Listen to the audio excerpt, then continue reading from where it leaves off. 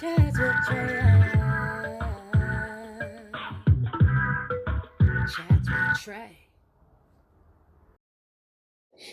Hi, everybody. Welcome to another episode of Chats with Trae. I am so elated that we have this platform back. So, thank you to all of you who were emailing me and texting me and calling me to bring it back. And shout out to my Converge crew for making it happen right here on this set. That Miss Onika, Fly Be Unique, she made sure we had the right vibe. So I'm really excited today to bring on another one of our young organizers who's been at the forefront of so many of the amazing events that you guys have been seeing throughout the city, Miss Yasmin Hasan. Hi, Miss Yasmin. Hey, thank you. Thank you for having me. Absolutely. So Thank you excited for to coming. be here. Yeah. Now I've been able to get to know you over the course of this time, really organizing with you. And the first day I met you, I know we were talking specifically about what it's going to take to have a real connection between, what a lot of African Americans are doing on the ground in terms of organizing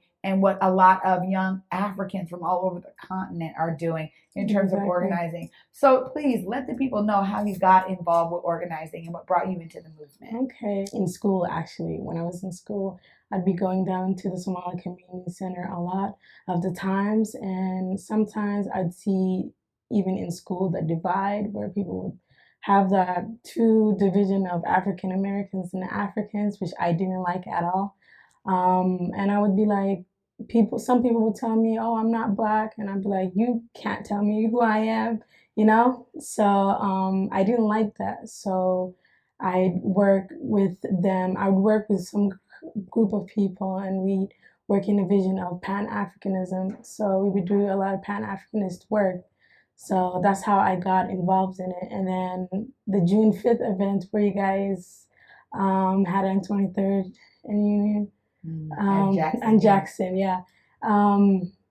That's when I first saw you guys, and I was like, that's what I want to do, I want to be up in there and organizing. So after Juneteenth, when we hit up Elijah, he said, come down. So a little me and Nora, we just pulled up. I just pulled up, and that's when I didn't expect to have everyone in the room. So we got in there and we saw everyone there, and it was just like, we just went on from there, and it was just like something so amazing. Yeah, I think that it's been a roller coaster ride for so many of us. And honestly, when I think what you just described is how a lot of folks get started in organizing. You see something that doesn't resonate with you well, right? Like this divide between young Black students and, young African students, and being like, this doesn't make any sense. And so, how do you feel that your organizing work has thus far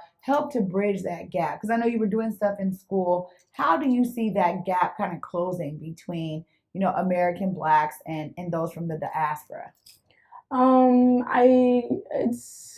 It's slowly closing, but I don't think it closed completely.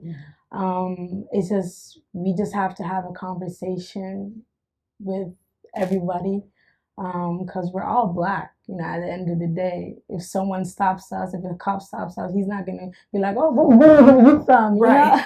So we're Black at the end of the day. So I guess having a conversation and seeing the other people, like, as an individual from their perspective and how they feel, I feel like everyone just goes on their emotion and they don't really see other people. So I guess having a conversation with everybody is the number one step that we should be doing, because everyone has their own story, everyone, it's not the same thing for everyone. So I feel like having a conversation is the way to go about it. Yeah. There's been some great ideas happening around us. We've had, several folks come out with some great ideas. I know that Wale and others are doing their talk series that's now weekly, and really closing the gaps is important for so many of us. I think when I met you guys, I just last year was able to have a full-on experience where I worked with some youth from the Yesler community, and through another program, another community, one of our community advocates, Miss Jackie, out here doing amazing things. But honestly, it was the first example, or like maybe interaction I was able to have with folks who are from the African diaspora, and young people who have now their own ideas of what it means to be American, right? And this concept of, American character or characteristics. I know you and I have been able to talk a little bit about this, but there's a real infusion of like the inner city ideals with a lot of our African youth. Is this something you experience in your community? It is. I feel like a lot of the young boys out there have something they want to prove, because in schools they have a what you call it, an identity crisis. They have a big identity crisis because at home they're being told, hey, you're not Black, what are you doing acting like this? At school, some are being called African booty scratchers and like, oh, who do you think you are? So they're going out in the streets doing all this stuff, proving what they think is Blackness. So having that identity crisis and not having someone guide them is a true crisis that I'm seeing in our community, which is very sad, because it's like, what are you proving? Like, there's nothing to prove. I think you just really lined it up so well for so many of us who don't understand some of the maybe convergence of ideas that are happening between folks who are outside and dealing with different energies and different pressures, and then being inside and coming from such strong cultures, honestly, from Africa. And, like you just said, a tribal mentality that really resonates with the older generation. Exactly. And now the younger generation is like, well, how connected do I need to be to that? Or like, that doesn't have anything to do with me, kind of thing. And their parents being like, no, this is where you come from, right? Yeah.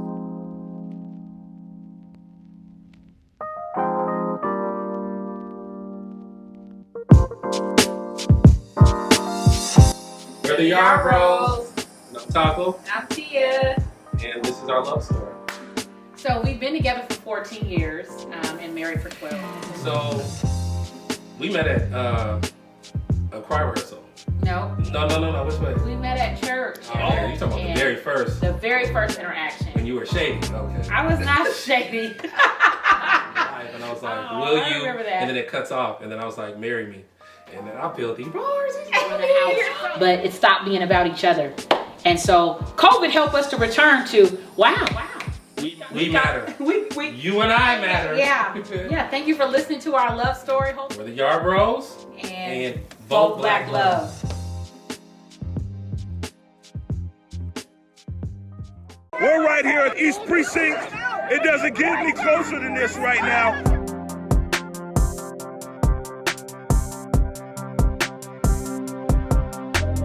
Converge Media produces culturally relevant content for Black and urban audiences.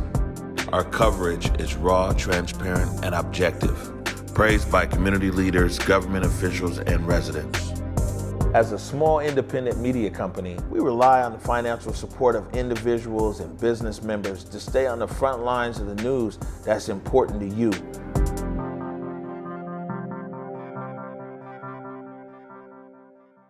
How did you navigate that for yourself? For me, I was always that kid that wouldn't really listen to people, and sometimes maybe my parents would have a clash, because I go and I'm like, yes, I am Black, Mom, what you talking about, da, da, da. And then I go to school, and I went to a school that was actually predominantly white. So, because I grew up in Renton, the Highlands part, and in elementary school, it always felt off. I'm like, I knew I was different, and also being the only Black Somali, like, Muslim girl there, it was kind of like, oh, like, I'm dealing with different identities all at once. So I navigated through that all like elementary, like middle school and high school. And high school, I just left even my junior year because I was like, I'm gonna do Running Start. I'm not being like, I felt like I was like, I don't want to be in school with these kids anymore. So I got up and I did Running Start up in Bellevue College, which was another white predominantly institute. So I was navigating through that also, and also being the president of the student government during my last year of Bellevue College. It was something that I was dealing with because I was the first like Black Muslim woman to like actually run the student government. So it was a lot of like fighting like white administrators, doing this, you know, like doing a lot of things. And it was a struggle. And I like even high school and stuff, I had like a lot of identity crisis, you know what I'm saying? And I was like, what is truly like, who am I, you know? So that's why I even went back home, and for like 6 months, I would say I took a sabbatical. You know, I took like I went back home and I like tried to, you know, find myself. I'd say, you know, who am I? You know, so now like sitting here, I know that I don't need to prove anything to anyone because I know who I am. I'm not gonna have someone tell me who I am because at the end of the day, I am me. They're not me. Yeah. So, yeah. So you're like, look, I'm gonna do my own definition. I'm gonna define it for me and what it really means, right? I think that's so important, honestly. And not enough young people have the courage to do that, or maybe the support to do so, and or the mindset, right? And so I think that there's this mentality. We're seeing this happen actually and play out in the movement, which is what we're going to get to after the break a lot. But I want to preface it with this, that what we're actually seeing happen in the movement is very similar to what you're describing, where people are really trying to understand where they fit in all of this. And I think for those who have been steeped in privilege, born with it, you know, getting their information from a very narrow source, it hasn't allowed for them to understand the beauty that's outside of that ideal. And so I think that there's a lot of people having somewhat of an identity crisis a bit, because, you know, now it's so politically charged, right? And there's different perspectives on both sides of this thing. Clearly, you have a community mindset, you know, on the side of community. How do you see this movement beginning to shape what our own ideals are of what it actually means to be in community? Yeah, that's a good question. Because a lot of people, they say they're for community, but you haven't seen them do anything. You know what I'm saying? So I've seen a lot of people in my community, as I say, they're an activist. So what does it mean to be an activist? You know what I'm saying? And I guess everyone has their own definition, but I feel like if you're really in the community and you're really trying to do the work to better the community, I feel like you're already a part of the community. You know what I'm saying? You can't just say, yeah, I live up in here. This always been my neighborhood. Okay, it's been your neighborhood, but have you stepped up to do something better for your community? Do you help out your community? You know, I can always be a part of something, but that doesn't mean I contribute, you know? So it's just like the contribution you put into things, I believe.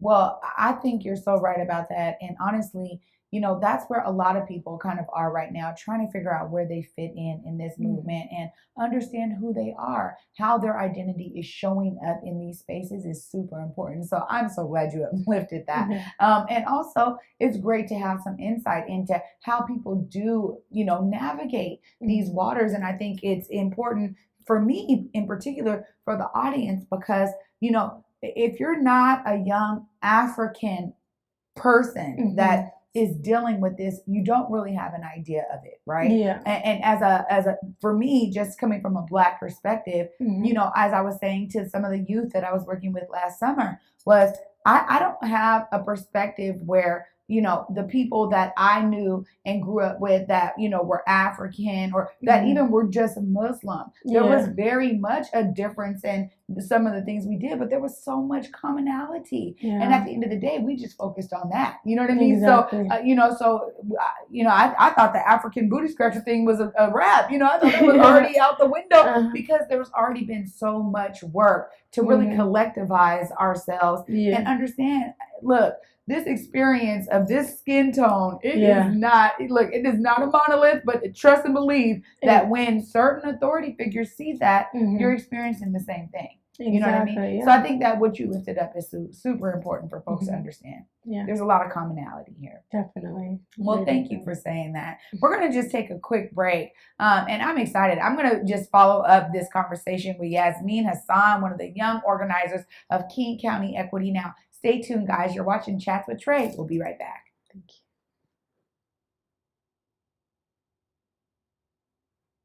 you. Okay, cut now. Yep.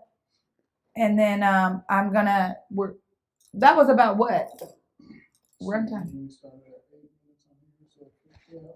Yeah. Okay. We're all right. We're doing it. We're moving forward. Okay. We'll do the second piece. And then we'll be done. All right. Okay, you can just count me in to you. 3, 2, and... Welcome back, everybody, to Chats with Trae. I'm the host, Trae Holiday, and I'm so excited. I've been having a great chat today with Miss Yasmin Hasan, one of the young organizers of the King County Equity Now Coalition. And Yasmin, I'm loving that we were able to follow the last segment and just ended on a really great note of collectivism and connectivity between, young Africans and African Americans. And I know that we're used to some collaboration because on the coalition, that's really all it is. You are decked right now in collaboration. You got your pay the fee shirt on. That right there is a collaboration between King County Equity Now and Mediums Collective. And then you're representing all the way because you got your Mediums Collective hat on. You know what I mean? Shout out to Caesar and our guy Roger over there at Mediums Collective. You guys can check them out. Look up Mediums Collective. They have an amazing array of local products. And I just deck my son out and all their stuff because they have great quality stuff. Great quality. What have been some of your favorite moments of your time, really organizing with King County Equity Now and being a part of such a strong presence of community and kind of this coalition style moving into what we're deeming the new normal? One of the things that I like is getting to know everybody. It's been such a joy. Also, I miss Kashayla. Shout out to Kashayla. She's gone. I really came in here very quiet, not knowing people because I like to, scope things around. That's how I am. But really get to know each and every one on the group that's been organizing on the grounds has been amazing. Also, me working with the great volunteers that we have for King County Equity Now has been great. There's been real good people that have been very consistent, and I've been loving that. I'm a people's person, so I love working with people, getting to know people, going out and actually going around to different vendors. I've got to know a lot of vendors that have been coming out to the events that we be having, which is so great. So a lot of that community building things has been super wonderful. You know what? I agree with you wholeheartedly. I didn't realize all the way. I mean, Emoji Fest always did it for me, but I guess I didn't realize how much these vendors have to hustle, right? Going from one, festival to another. I mean, it's a lot of work, and sometimes they may only make like $50, right? And be out there for like 8 to 10 hours. But the dedication to their craft is so real. And I'm glad you elevated your work with the volunteers. One of the quotes I got from another young organizer said, literally to me, Yasmin stepped up. There was an opportunity at one of the events, our pay the fee event, and our volunteer liaison was out. And you were like, don't worry about it. I got this. And literally at that event, there was so much momentum because it was like our first concert only. We're just showing all of these amazing musical acts. How was that event for you and stepping up and taking over the volunteer lead role? Well, starting out when our liaison was gone, I was like, oh, what am I gonna do? But then I was like, okay, sometimes you just gotta go with the flow when people are not there. So actually meeting with the volunteers on Zoom, telling them what to do, and going on the grounds on the day of. It was very hectic that day because there was a lot of things going on. But what I did, I was on my feet the whole entire time. I was going from volunteer to one end to another end, trying to check up on everyone and everything that's been going on. So I guess a lot of those check-ins and how are you doing? Have you ate? Have you done this? And a lot of the volunteers were wonderful. They really stepped up themselves and they did a lot of the works that I didn't have to do, which was great. And then afterwards, things went smoothly at the end. We broke down everything and we just left. We're like, okay, we're good to go. And it was like a relief. I had a sense of relief at the end. I was like, oh, like I'm done. Even though my feet is hurting, I've been standing for like 10 hours or so. Like, I'm good. So. My parents coming over here as refugees meant that they didn't really have anything when they came to America. Having reliable healthcare and having a reliable doctor was really important. Cộng đồng của tôi, trạm y tế của tôi. 我的社区，我的诊所。Mi comunidad, mi clínica. بلشدة هي بقارها. My community, my clinic.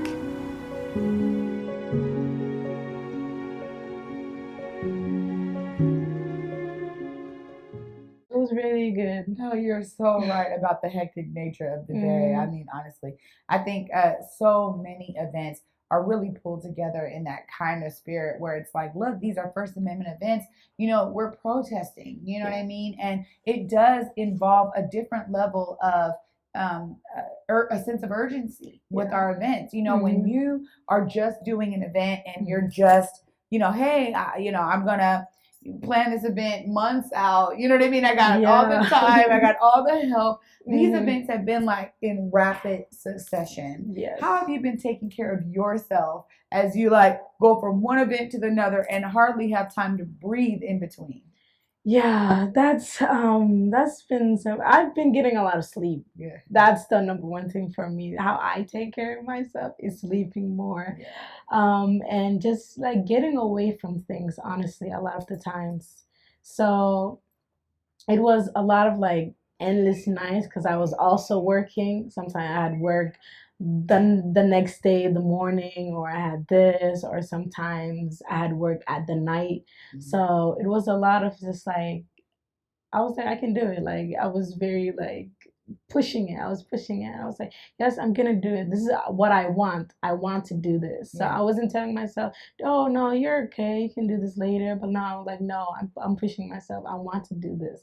This is what I want to do. I want to help the people. So I just kept pushing forward, and at the end, when things kind of slowed down, I took a break. I took a breather and I relaxed. So that's the thing we need to do. Sometimes if some things are just too heavy, I feel like you just got to take a step back. That's what some people did from what I saw, and just relax, and you don't have to over push yourself. I agree. And I think that we talk about self-care in organizing a lot because there's a lot of momentum happening right here in our city right now. And I think there's tons of organizers all throughout the city that are feeling that sentiment of like, because it's one protest after another and you want to be involved, but you can't be at all the spaces. I feel that I go back to the coalition forming because so much of this makes sense to do in a coalition style. And I just want to ask you, as a young organizer at Bellevue College, you talked about some of the challenges there, but were you seeing this same kind of collaboration happening in the college sector, when you're in education, where, hey, we can come together with different departments? Or did you feel like a lot of folks were working in silos? Yeah, everyone was working, doing their own thing in college. School politics is like any other politics. I feel like politics is politics. And me, in the beginning, I wanted to major in political science. And then going into that really gave me a sense of, I don't want to do this. I don't want to wake up every single morning and be doing all this stuff, because it took a big toll on me, because I was fighting people from all ends, and it was something that I did not see myself doing when I finished school and stuff. So I was like, okay, I'm gonna do something about this. I'm gonna work in the education system. So I changed my major to education, and I'm like, okay, I'm gonna work in the administration level of schools and change the system from there, and so forth. So that gave me a perspective of not majoring in political science anymore, because it was very a divide, like professors doing this, administration doing this, a lot of tokenism and that. And it was just like very icky. It didn't sit right with my soul. So I was like, I can't do this, So I was just like, I'm gonna back off. And even at the end of my, when I was about to finish my term, it was just like all my teammates quit. We all quit one time. Yeah, because we're like, no, we're not taking this anymore, because it was like, we're students. I'm taking 4 classes on top of that, trying to get my AA degree. People are older, they got kids, they got this. This is not, this is something that I wanted to do for the students. It's not even like $13 is not going to pay my bills. Right. So I'm like, I got other jobs too. So it's just like, I can't take this. So we all quit one time, and we're like, we're not going to take this no more. Later on, we talked about it. We came back. We did an amazing student gala for the students. That was our last thing, and we finished. A lot of us just graduated and left. Wow. School politics, you just said it. Oh, man, it is so true. And I think that for a lot of young people, it's where they first experience those politically charged environments, right? Whether you are for this person for school or president or whatever, or you're for this this candidate when it's an election year, right? And those discussions start happening in the school environment. You really see a lot of the times an explosion of all of the discourse and ideas that are really out in the world. Well, exactly. For you and your personal perspective on, what we talked about earlier, merging the gap between, young Africans and young African Americans, what is it you see in that you're hopeful for on the horizon? I mean, what I see going forward in the future is actually building an African talent. Like having a sense of community and getting to know each other, like me and you getting to know each other, me inviting you back home, be like, come to Somalia, come to my crib, come visit me showing you around, a sense of community that we all can feel welcome and feel as one is what I see in the future. Oh, that gave me the chills, girl. Because I'm ready. You tell me when. I got it. Look, get that passport ready. Because I was able to spend some time during the college years in Kenya and in Mombasa.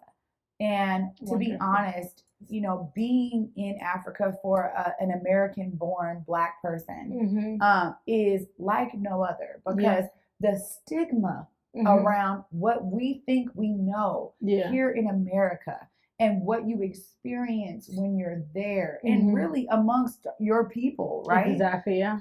Is so different. I want you to help debunk some of the myths that are out there about, you know, how Black folks will be received coming to your home in Somalia. It's a lot of the fake news that we see in social media, which is very sad. I don't really like watching the news or this and that because what they show is little parts of, you know, some parts in your country or wherever in Africa. So when you're back home as a American-born Black person coming to Africa, it's no other difference than you see another like Somali or another Kenyan or another person walking, because it's like, hey, we're all here, you know? Some people welcome that. They love people coming to their country. They're like, welcome. Oh my gosh, you're here and this. But you have some, you have some people in the media world that shows a different side of it. Be like, oh no, this and that. But I feel like you don't know how things are unless you experience it and you see it for yourself. So I'd welcome everybody and be like, come here. You know, you're rolling with me. Ain't nobody gonna mess with you. Right.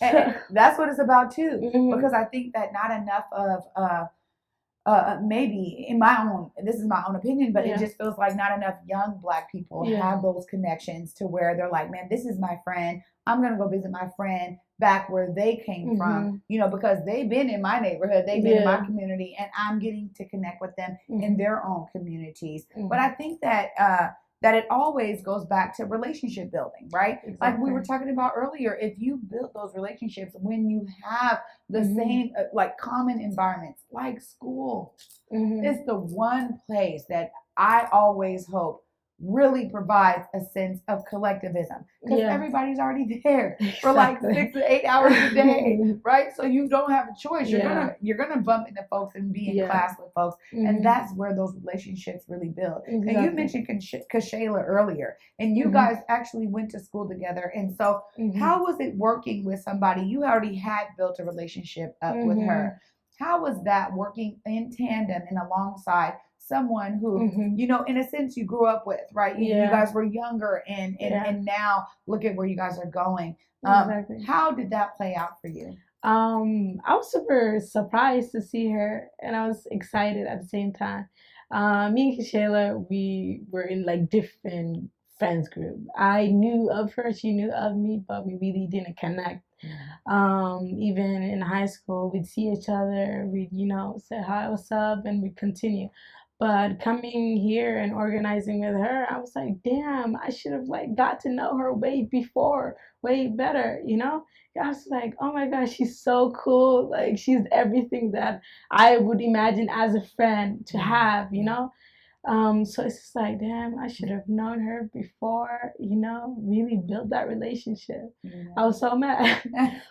but now you're doing it. Right? The beautiful thing is that you have the opportunity to do so now. And also what you just said is another reason why I think it's important that advocacy on the level of education in the school system be built in, because exactly what you're talking about, there needs to be pathways to start bridging the gaps across the aisle, right? Whether it's like, oh, I don't have any African-born friends or like that come even second generation, like so I don't know, but it's really about making those connections. And I think that what we're seeing right now in this movement is a wave of innovation. And so schools are not outside of that. You know, they need to be included in that in terms of actual advocates being in the schools to help young folks build relationships.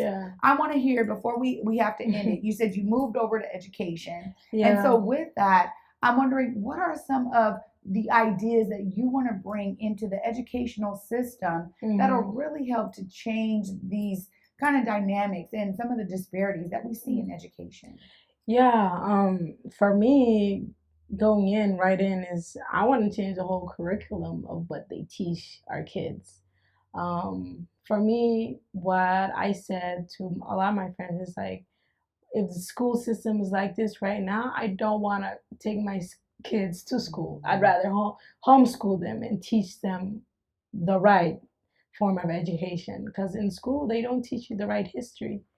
Especially in school, I had to learn a lot of things outside of school. I had to read books. I had to go through the internet. I had to watch YouTube videos. I had to do this. I had to, listen to older people. So I learned a lot of things outside of school. School really didn't teach me nothing besides all this math equations that I really don't need. So it's like, I want to change the whole curriculum and how the whole system works, because it's like, what we teach our kids first learn from our teachers. First it's from home, then it's from our teachers, then from other people like friends and so on. So if my kids are coming back home, Mom, I was like, no, honey, don't be listening to your teacher like that. What she's saying is wrong. So it's like, I don't want to confuse my children also. So it's like, I want to change the whole thing, dismantle the whole education system, rebuild a new one.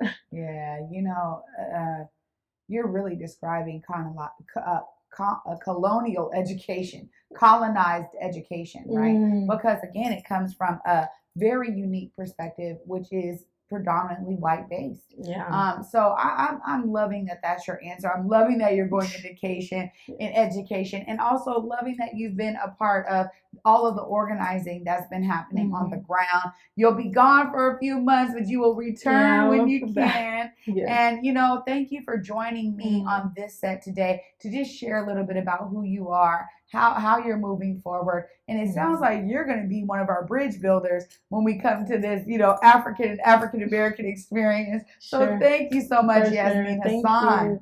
Thank you for having me. Absolutely. It's been a pleasure. And as you guys can tell from my discussion and my chat with Yasmin, is that there really is a lot of work that needs to be done to repair damages that happened way before our time. And honestly, it is going to take the work of so many of us to take our hands and do something with them.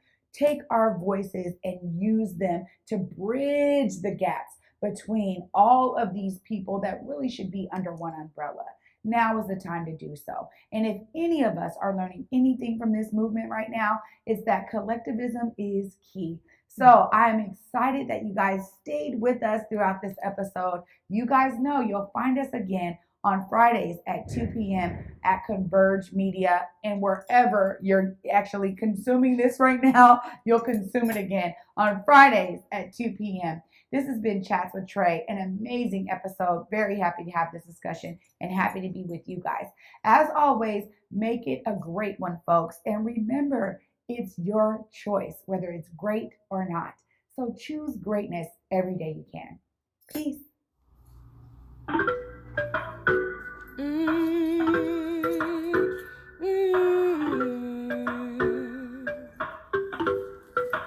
Chats with Trae. Chats with Trae. Chats with Trae.